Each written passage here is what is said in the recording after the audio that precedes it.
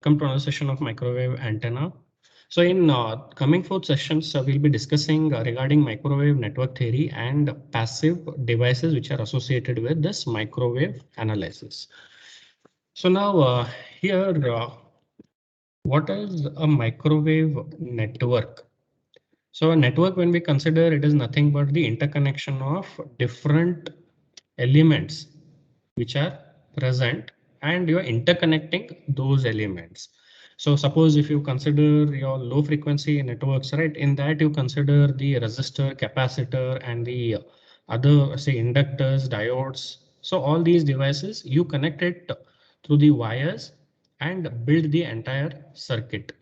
So that makes up the network. So for that network, you will be having, say, input, you will be having the output, so it will be performing some operations. So all these things will be there. So this in general forms the network.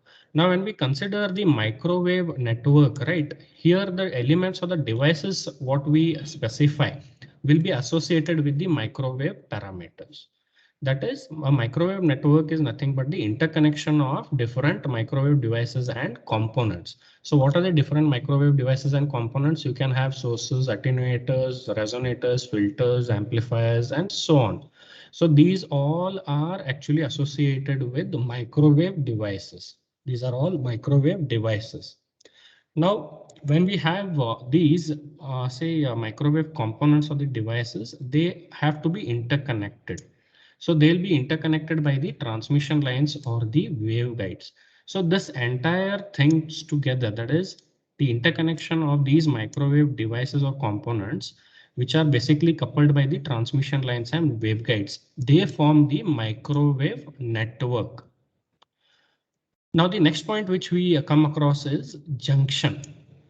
So a junction is basically a point where you have interconnection of two or more devices. So suppose you have a resistive element and you have an inductive element. So here I have a point. So at this point, I can see that there are two elements which are getting interconnected. So this I can call it as a junction. So in the microwave, what happens is you might have waveguides. So here I might be having a matched terminator, and before that I might be having some element, that is the waveguide. So here what happens is these two elements, how they are connected. They are connected via the waveguide. So that waveguide helps us to form the interconnection of two or more devices.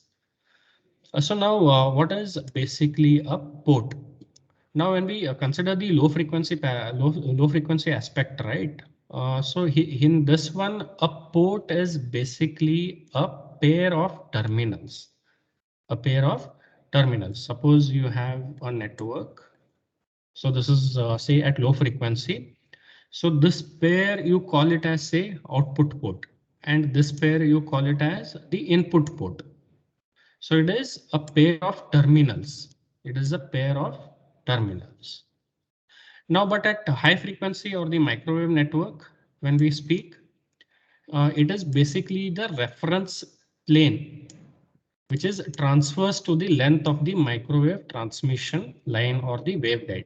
So here what happens is, suppose we have a microwave network, you are providing the input, you are providing the output. So for this one, for the microwave network, I cannot specify that the pair of terminals as the port. Here, what we do is we consider a reference plane. We consider a reference plane which is transverse to this transmission lines or the waveguides. So which is at 90 degrees. So this one actually we term it as the port. And in many cases, we'll be just preferring it as the reference line. So in microwave or the high frequency networks, right, it is basically the reference plane which is transverse to the length of the microwave transmission line or the waveguide. Whereas in low frequency, it is the pair of the terminals what we consider as the port. But when we go further, we observe that many of the things are similar to that of the low frequency analysis. So that we'll be observing there, and we'll be utilizing those aspects for some simplification parameters. So now, So these are the things what we come across when we are dealing with the microwave networks. So we saw what is microwave network, what is meant by a junction, what is meant by a port at low frequency and at high frequency. Now let us come down to at low frequency analysis. So now at low frequency, what happens? Frequency is less, due to which the wavelength is higher. And we had observed that what happens to the length of the network. So whenever we consider, say, the transmission line, or whenever we consider the physical length of the overall network, what happens is this physical length will be very much smaller than the wavelength. So this happens at the low frequency ranges. At low frequency, the length of the network will be very much smaller than the wavelength. So that is what is specified over here. Now, because of this, what happens is it becomes easy for us to measure the input and output variables, which are basically the current and the voltages what we measure. So because the length is very much less than lambda, that is the wavelength at which it is operating, at that point, what happens is it becomes easy, or we can measure the input and the output variables. That is the voltage and the current parameters. Now, what are the different voltage and current parameters? How they are related? So you have, say, input current, then input voltage, output voltage. So this is what you define. So if you remember, you define two-port networks. You define two-port networks. You specify V1 is the input and V2 is the output. I1 is the input current. I2 is the output current. And the sign of this current is decides in which direction it is flowing. If it is flowing into the port, we represent it with plus. If it is flowing out of the port, we represent it as minus. So these are a few of the notations what we refer at the low frequencies. So at low frequencies, what we have, the physical length of the network is very much smaller than the wavelength of the signal that is transmitted. That is, L is very much lesser than lambda. So because of this condition, what happens is we will be able to measure the input and the output variables, which are nothing but the voltage and the current. Now, how these two parameters are basically associated at the low frequencies. So these are associated with the Z parameters, Y parameters, H parameters, and ABCD parameters. So that is the impedance, admittance, and hybrid parameters. And these are the transmission line parameters at low frequency, ABCD parameters. So this is how they are associated. Now, if we remember in the network theory, right, at low frequencies, what we have gone through. So in that, how do you obtain the Z parameters or the Y parameters? So those are the points what we need to consider. So here, if I just consider these things, so here we can see that the Z parameters basically gives us the relation with respect to the voltages V1 and V2 with respect to the current. So here we have total for the two-port network, we have total 4 Z parameters. So here what we are considering a two-port network in which I am having input voltage, output voltage, input current, and I am having the output current. So these are the parameters what we have, and this is a two-port network, and we are discussing at low frequency. So here we have the impedance parameters, which gives us the relation between the voltages and the current. So here we have the voltages and here we have the current. So this is a matrix representation of the Z parameters. Next, we have the admittance parameters in which we have the interchange between the voltage and the current. So that is current is obtained with respect to the voltage parameters. So here we'll be having the admittance matrix. This is called the Z matrix. This is called the impedance matrix, and this is called the Y matrix or the admittance matrix. Now, next one, what we have is the hybrid parameters. So the name itself tells that it is hybrid. It is hybrid of what? It is hybrid of Z and Y parameters. So here, if you just look over here, what you have V1 and you have I2. So here V1 and I2 are the parameters what you are looking forward, and you are relating this V1 and V2 with the current I1 and V2 with help of the parameters. So here this matrix what we are having is, it is the H matrix or the hybrid matrix. So here if you just observe, we are taking V1 and I1 over here, and in this part it is I2 and V2 is remaining over here. So V2, because already V1 we have considered at this point, and in this case if you just observe, I1 is I2 is considered from here over. So if you just observe, these are the considerations what we have. V1 at this point and say I2 from here. So I1 from here and V2 from here. So this gives you the hybrid parameters. So next you have the transmission parameters. These are the parameters which are associated at low frequencies. So this is the transmission matrix what you are having. So in this case, it is V1 and I1. That is the input parameters associated with the output parameters. So this is how it goes around. So here we have these representations. Now, just say, for example, if I want to identify this parameter, so how do I identify it?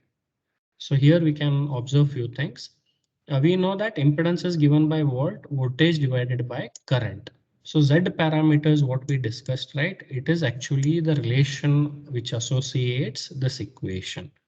So here what we are doing is, for the input parameter, when we consider, we have V1 is equal to I1 into Z11 plus I2 into Z12.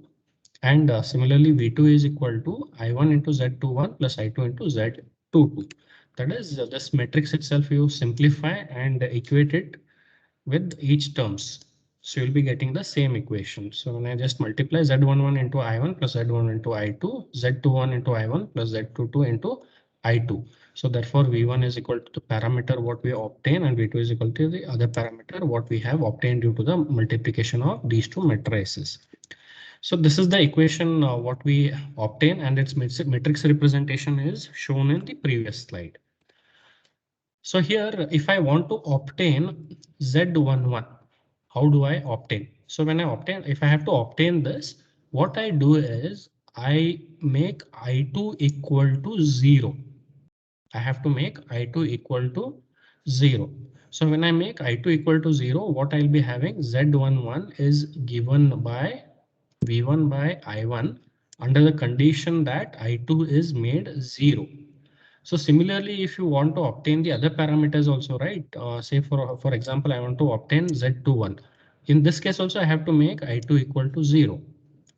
Now, if I have to obtain the other parameter, say I want to obtain Z12. So in this case, I have to make I1 0. And if I want to obtain Z22, I have to make again I1 0. So here you are making the current parameter equal to 0, either the input current or the output current. So what is this indicating? This is indicating that you are making the circuit as open. You are making the circuit as open. Now, as I specified that I1 is related to input and I2 is related to output. So if I make I2 equal to 0, what I am doing is I am open circuiting the output part. And if I'm making I1 equal to 0, then I am open circuiting the input port. So that is, I open circuit either the input port or the output port, and based on that, I obtain the Z parameters. Similarly, when we come across the Y parameters, right, what we have, Y is nothing but it is the opposite of this one. That is, it will be I by V, which is nothing but it is 1 by Z. So here, based on this one, you again obtain this equation, that is from matrix representation, you cross multiply and obtain the representation in terms of equations. So here again, Y11, Y12, Y21 and Y23. When we observe this, what we have, So for example, if I want to obtain y11, what I have to do, I have to make v2 0. Similarly, if I want y22, what I have to do is I have to make v1 0. So in this case, v1 is what? It is the input voltage, v2 is the output voltage. So if I have to obtain that, say y11 is there. So here you can see what we have. Y11 is equal to I1 divided by V1 under the condition that V2 is made 0. So similarly, all other conditions also we have the same way. Now here you can observe that if I have to make say V1 0, so that is the input as 0. So I have to short circuit the network. I have to short circuit the input port. If I have to make V2 0, I have to short circuit the output port. So here you can see that if I want to obtain the Z parameters, I am open circuiting the network. And if I want the Y parameters, I am short circuiting the parameters. And if I want the hybrid parameters, I make use of both open circuit and the short circuits. So that is what you observe over here, because here you can see the relations. So based on this, you can see that if I want to obtain any of these parameters, I have to either go for open circuit or short circuit or combination. So I observe that at low frequencies, you make use of open circuit and short circuit to obtain the parameters. But what happens is this is not feasible at microwave frequencies. So there are a few conditions what we have to look out for when we're dealing with these. So at low frequencies, we obtained all these things. At low frequencies, we saw that length is very much less than lambda, and the parameters what you want to measure is current and voltage. So these actually are measurable units in this case. And how they are related, how these two are related, they are related with these parameters. That is a transmission line parameters what we specify, Z, Y, H and ABCD parameters. Now, if I want to obtain any of this, I make use of the open circuit or the short circuit conditions and I try to obtain these. But when I go to microwave frequencies, right, what happens is we have few of the things what we have to consider before going into the analysis. So at high frequencies, what happens is I cannot utilize these parameters. I can have a relation that we'll check out, but I cannot utilize these equations for the microwave range. So what is the conditions what we look out for? So first of all, let us see what happens to the overall physical aspects of the circuits when we're considering, or the networks when we're considering the microwave frequencies. So microwave frequencies, it is the high frequency ranges what we are considering. So in this case, what happens is the length. So if frequency is very high, it is natural that lambda, that is the wavelength, is very less. And when we try to measure the wavelength, right, it turns out that the length of the network will be very much greater than the wavelength. So here the physical length of the component or the line is comparable to or much larger than the wavelength. That is, the length of the overall network will be much greater than the wavelength at which the microwave network is operating. So that's why in microwave transmission lines, right, in the starting sessions, we discussed regarding what we, based on this, what we did. So we went for the distributed analysis. We went for the distributed circuit theory. So if you remember, we had considered these aspects. So in this case, this was a small elemental length of the overall transmission line, which is operating at the microwave frequency. So what we did the analysis for this part, and then we applied it to entire network. That is a transmission line. So here we had the distributed parameters, that is the RL, GC parameters. So these were the distributed parameters. So we considered the distributed network theory, and then we had obtained all the equations pertaining to the impedance, admittance, all these aspects. So at microwave frequencies, what happens is the length is very much greater than length is very much greater than lambda. So therefore, what we that is one thing. Then what happens is because of these conditions, so you have a continuous transmission line or the waveguide, and length is very much greater than lambda. So if that is the case, then what happens is it actually poses the problem that voltage and current cannot be uniquely defined at any given point. So if I want to measure at this point, I cannot uniquely define it at that point. It is because of length is very much greater than lambda. So you considered the distributed circuit theory and then you had analyzed few of the parameters. So this is one of the problems which comes out when we want to measure the characteristics. So this these gives you the junction characteristics, H parameters, Y, Z, ABCD. These are the parameters which define your entire network. So therefore, in this case, what you're doing is you are measuring the voltage and the currents at the given points. You are short circuiting or open circuiting these and you are obtaining this. So it becomes difficult at these points. So measuring voltages and currents at given points, it becomes very difficult. So it is because of this we don't go for measurement of Z, Y, and H and ABCD parameters for the microwave frequencies. So apart from this, we what are the aspects we can look out is so why we cannot measure these parameters at microwave frequencies is first one because of this length parameter. What happens is we cannot uniquely define these parameters. So that is absence of unique definitions of the current and voltages. It is because of all these conditions. So you cannot define at a given point for the voltage and the current. So then because of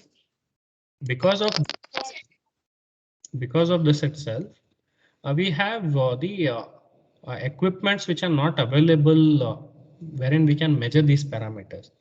So if you look at the waveguides and other stuffs, right, you are connecting those devices and in between if I want to measure, so it is really difficult. So I don't have any equipments which help us to obtain these things. So if you're able to obtain such devices, then it will be easy for us to go with the analysis. But measuring equipments for measuring the voltage and current at the points what is specified, we don't have those kind of devices. So these are the two things which come up from this point itself. So next, what happens is in Z and Y parameters, what we are doing is we are using open circuit and short circuit to do the analysis. But getting open circuit and short circuit is not easy in your microwave range or the microwave devices. So that creates a problem over here. So because of which I cannot measure this Z and Y parameters or H or ABCD parameters. So that is the other condition. Obtaining short circuit and open circuit conditions is not easy at very high frequencies. And what happens is if we have some active devices in the network, if I try to open a short circuit, it makes those devices unstable. It makes those devices unstable. So these are a few of the reasons because of which we cannot measure these parameters, or there's difficulty in measuring these parameters. So how do I measure this? So these parameters define the overall network. Now, how do I go ahead with defining the networks which are associated with microwave? So I make use of something called as scattering parameters or S parameters. So now here, before going into that, you can just observe. So here what we have at a given port in the microwave. So this is the reference line. This is the reference line, which is nothing but the port in your microwave devices.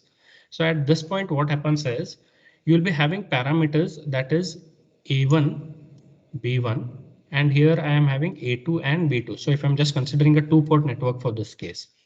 So at microwave frequencies, what happens is we have something specified as the incident and the reflected parameters. Incident and the reflected parameters. So these are also another conditions what we have to look out when we're measuring the characteristics of the two-port network at microwave frequency. So here what happens is we have an incident wave and a reflected wave. So similarly here also we have the say this is actually the incident wave on the load, and that from this point I have the reflected wave. So these are the things what we look forward. So here, if we observe, we have two things, incident and reflected parameters. So what I do is I try to use these parameters and try to obtain how the circuit is. So here what we have is we have the scattering parameters which give us the relation between AI, say I'll tell A1, A2 and so on, say A1, A2 and so on with B1, B2 and so on parameters. So these are the things what we look out for when we are dealing with microwave circuits. So here what happens is S parameters basically linearly relate the amplitudes of the scattered, that is the reflected and the transmitted. So that is what I'm specifying. So if this is the source due to which you have the because of that you have the incident and the reflected parameters. So that is what is being specified over here. That is the scattered parameters. That is reflected and the transmitted waves, which gives rise to the scattered parameters. So we try to linearly relate these amplitudes. That is the A1, A2, B1, B2, whatever we have specified, right? We try to have a linear relationship between those parameters with respect to those of the incident waves. So here we have, so what all terms come over here is, here you are transmitting, this is the transmitted wave. So here you have the amplitudes which are associated with the incident and the reflected parameters due to this transmitted wave. So that is what they are specifying over here. So and what happens is once I obtain these things, right, I can make use of the circuit analysis as we make use in the Z, Y, H and ABCD parameters. So at low frequencies, what techniques we have, few of the techniques we can apply even when we obtain these S parameters. So a major concern is obtaining the S parameters for the given microwave circuit. So therefore, what happens is once we obtain this, we make use of few of the circuit analysis concepts and try to build some relations with respect to the scattered parameters. So therefore, what happens is I can have the relation between all these parameters what we have specified, that is S parameters with Z, Y, H and ABCD parameters. So these are a few things pertaining to microwave networks. So this is all for today. In the coming fourth session, we'll be discussing regarding few of the properties which are associated with S parameters or the scattering parameters. Thank you. So anything from